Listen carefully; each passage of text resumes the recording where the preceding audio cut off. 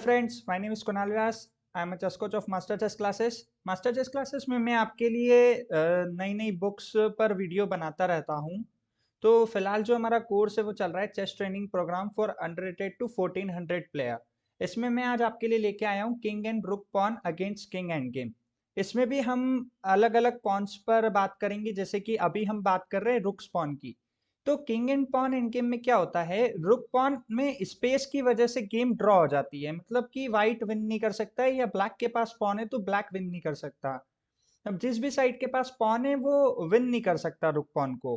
कब तब तक विन नहीं कर सकता जब तक कि उसके की स्क्वायर कंट्रोल में ना हो। की स्क्वायर इन द सेंस जो C7 और C8 वाला स्क्वायर है, ये दोनों स्क्वायर कंट्रोल करना बहुत जरूरी है एज अ वाइट। अगर वाइट का किंग मान लो यहाँ पर B7 पर होता है तो हम इस एंड गेम को विन कर सकते हैं, लेकिन राइट नाउ यहाँ पर अभी पॉसिबल नहीं है। जैसे यहाँ पर व्हाइट ने अभी प्ले किया A6, तो ब्लैक ने प्ले किया किंग टू A7।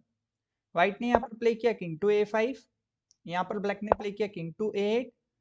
अब यहाँ पर ध्यान देने वाली बात यह है कि जो ब्लैक है वो इन तीनों स्क्वायर को छोड़ेगा नहीं बिल्कुल भी, क्योंकि यही ड्रॉ करने का मतलब रास्ता है। King B6, king B8, take the opposition. Opposition यहाँ पर ली ब्लैक ने A7, king A8, king A6। तो यहाँ पर हम देख पा रहे हैं कि स्टेलमेट हो चुकी है। इसके अलावा और कोई रास्ता नहीं था यहाँ पर इस गेम को ड्रॉ करने का। चलिए अब हम एक और एग्जांपल देख रहे हैं। इसमें क्या हो रहा है कि इसमें ब्लैक का किंग जो है कॉर्नर पे नहीं जा पा रहा है, लेकिन प्रॉब्लम यहाँ पर ये आ रही है, रुक पॉन के साथ समस्या ये रहती है कि हमारे पास में ए फाइल के लेफ्ट में और कोई फाइल नहीं है। तो हम अपने किंग को हटाए कहां पर? जैसे यहां पर अब ये जो ब्लैक का किंग है वो हमें आने नहीं देता है, ब्लॉक करके रखता है। जैसे हम सपोज करते हैं यहाँ पर व्हाइट ने प्ले किया 4, तो हमने यहाँ पर प्ले किया किंग टू C7। अब हमारा नेक्स्ट मूव होगा, अगर अपोनेंट A5 प्ले करता है तो हम किंग B8 खेलेंगे। तो यहाँ पर अपोनेंट ने प्ले किया किंग टू A7, यहाँ पर हमने प्ले किया किंग टू C8। ध्यान देने वाली बात यह है, जो मैंने की स्क्वायर्स आपको बताए थे C7 एंड C8, ये दोनों इंपॉर्टेंट स्क्वायर हैं। इसके अलावा हमें किसी और स्क्वायर पर जाने की नहीं सोचनी है अगर हमें इस एंड गेम को ड्रॉ करना है तो। These are the key squares, ये की स्क्वायर्स हैं। A5 king C7, A6 king C8, king A8 king C7 and now A7। और अब हम यहाँ पर देख पा रहे हैं कि व्हाइट की खुद से स्टेलमेट हो गई है ना। तो ये पोजीशन में हमने ये सीखा कि अगर हमारा किंग कॉर्नर में ना जा पा रहा हो तो हम फिर C7 और C8 स्क्वायर से इस गेम को ड्रॉ कर सकते हैं, इस टाइप के एंड गेम को ड्रॉ कर सकते हैं। नेक्स्ट एग्जांपल देखते हैं।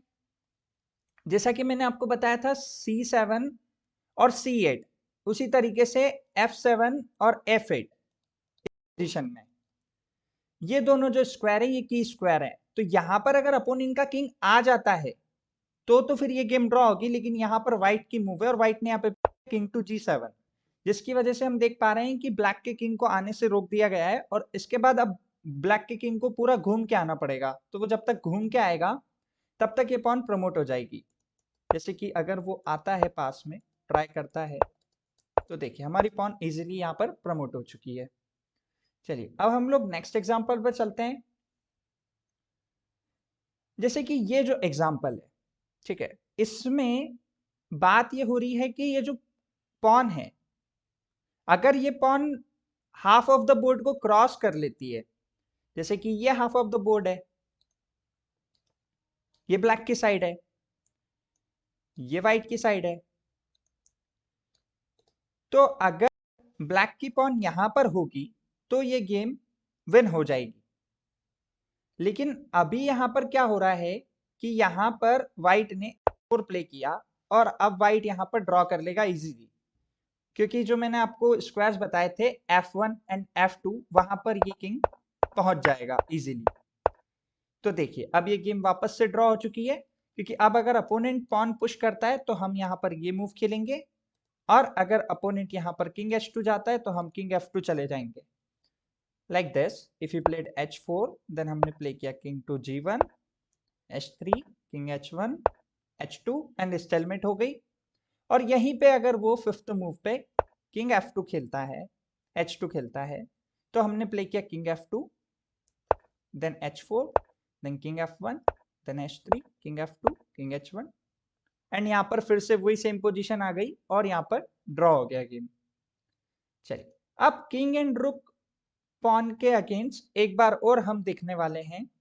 जैसा कि यहाँ पर हम वापस से देख पा रहे हैं, सेम उसी तरीके की सिचुएशन है, लेकिन अब की बार हमारा जो अपोनेंट का किंग है वो यहाँ से आके इस पॉन को स्टॉप करने के बारे में सोच रहा है।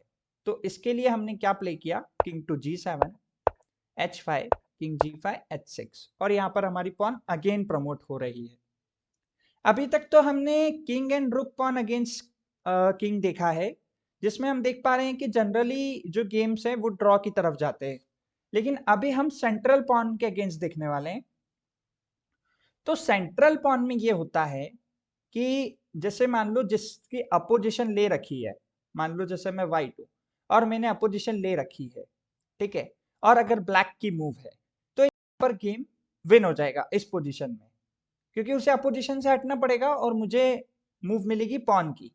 लेकिन यहाँ पर मूव है वाइट की, तो अगर अपोजिशन में हमारी मूव है तो फिर ड्रॉइंग टेंडेंसी बढ़ जाती है अपोनेंट साइड के लिए, मतलब अपोनेंट जो है वो ड्रॉ कर सकता है इजीली, जैसे कि 7 check, king D8, king D6, तो यहाँ पर गेम हो गई ड्रॉ।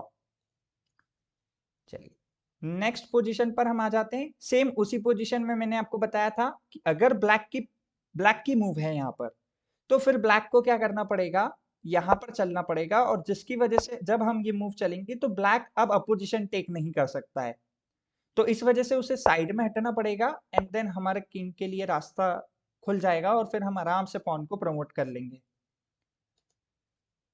नेक्स्ट पोजीशन पर चलते हैं। ये जो पोजीशन होती है जिसमें पॉन आगे होती है और किंग पीछे होता है, वो पोजीशन जनरली ड्रॉ होती है।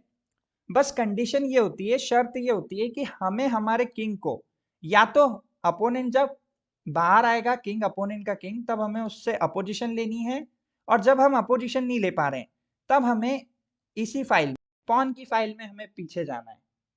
कभी भी हमें ऐसे आसपास वाले स्क्वायरों पे नहीं जाना है। Just like example, king E3, king D6, ठीक है, king E4, king E6, D5, king D6, king D4, king D7, king C5, king C7, opposition यहाँ पर ली D6, king D7, king D5, king D8, king E6,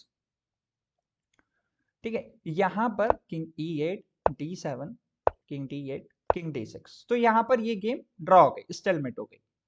लेकिन यहाँ पर बात ये हो रही है कि जब ये पोजीशन है, यहाँ पर दो स्क्वायर सबसे ज्यादा गलत है, वो है ये दोनों C8 एंड E8। यहां पर अगर ब्लैक का किंग चले जाता है तो ये ड्रॉ एंड गेम भी विन हो जाएगी, जैसे कि यहां पर ये किंग E8 गया, नाउ किंग E6। अब वही पोजीशन आ गई है जो मैंने आपको अभी थोड़ी देर पहले डिस्कस करी थी आपके साथ में, कि यहां पर अगर ब्लैक की मूव है तो हमारे लिए गेम विन हो जाएगी, ठीक है।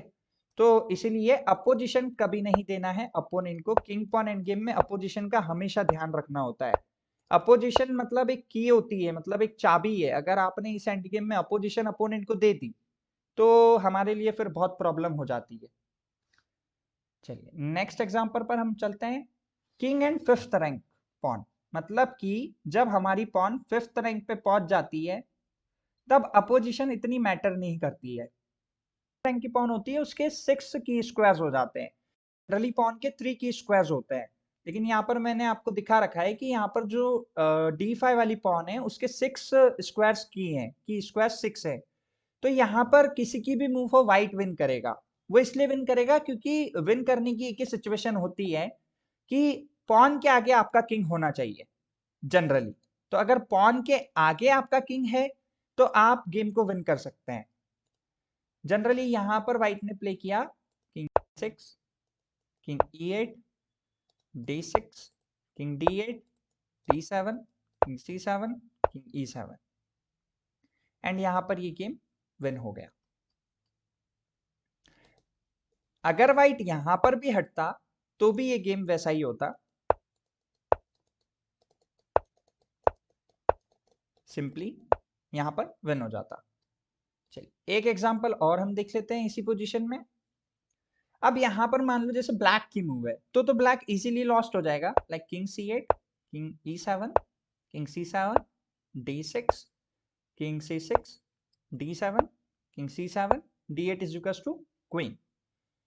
तो मैंने आप लोगों को ये बताया कि king and pawn endgame में रुक और सेंट्रल पॉन और फिफ्थ रैंक की पॉन में हमें कैसे प्ले करना चाहिए। ये जस्ट बेसिक एंड गेम्स हैं। आगे मैं आपके लिए Salomon end game complete course लेके आने वाला हूं। अगर आपको ये वीडियो अच्छा लगा है तो प्लीज लाइक एंड सब्सक्राइब जरूर करें और मेरा सपोर्ट करें। Thank you for watching this video.